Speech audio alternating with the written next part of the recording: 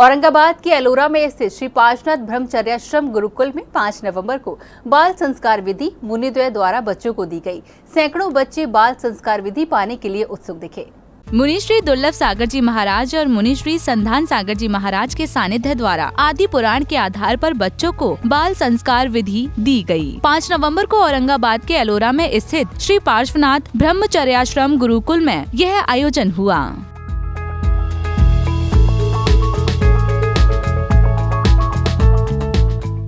बच्चों को विधि देने से पूर्व मुनिश्री दुर्लभ सागर जी महाराज ने बाल संस्कार विधि के महत्व से सभी को अवगत कराया। बाल संस्कार का बा क्या कहता है? बाहर से अंदर आने की निधि है बाल संस्कार विधि।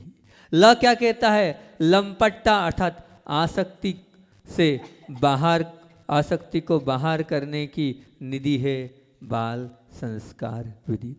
सत्य से मिलाने की निधि है बाल संस्कार विधि। स्वयं को आत्मनिर्भर, संस्कार का स है ना, तो स्वयं को आत्मनिर्भर बनाने की निधि है बाल संस्कार विधि।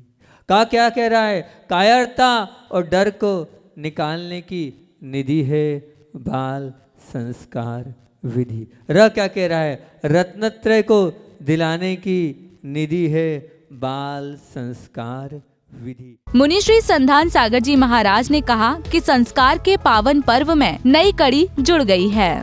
आज यहाँ पर एलोरा की इस पावन धरा पर गुरुकुल में बाल संस्कार विधि, और वो भी आदि पुराण के आधार पर, पूर्वाचार्यों के दिए हुए उन मंत्रों के आधार पर दिगंबर मुनि महाराज के द्वारा संपन्न हुआ।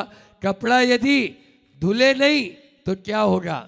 बर्तन यदि मांजे नहीं तो क्या होगा? मकान में यदि झाड़ू नहीं लगाए तो क्या होगा?